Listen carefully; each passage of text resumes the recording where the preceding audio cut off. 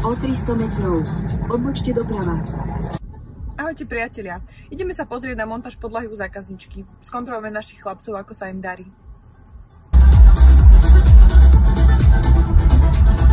Váš cieľ sa nachádza vpravo.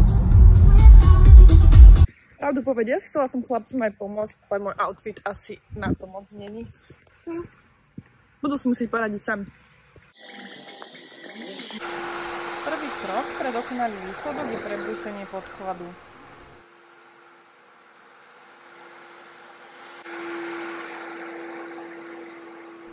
Druhý krok je povysávanie po brúsení, aby sme odstránili všetky nečistoty.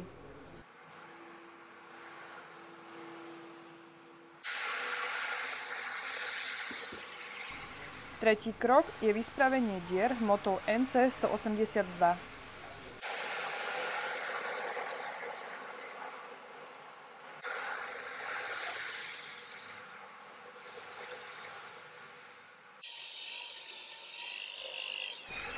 Štvrtý krok je penetrácia podkladu.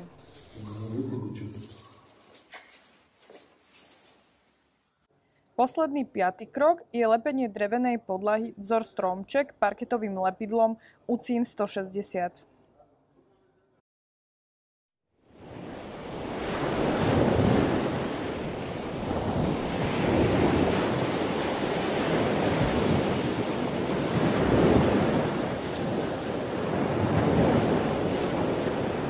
Milí naši zákazníci, ak aj vy chcete kvalitný materiál a odbornú montáž, neváhajte nás kontaktovať.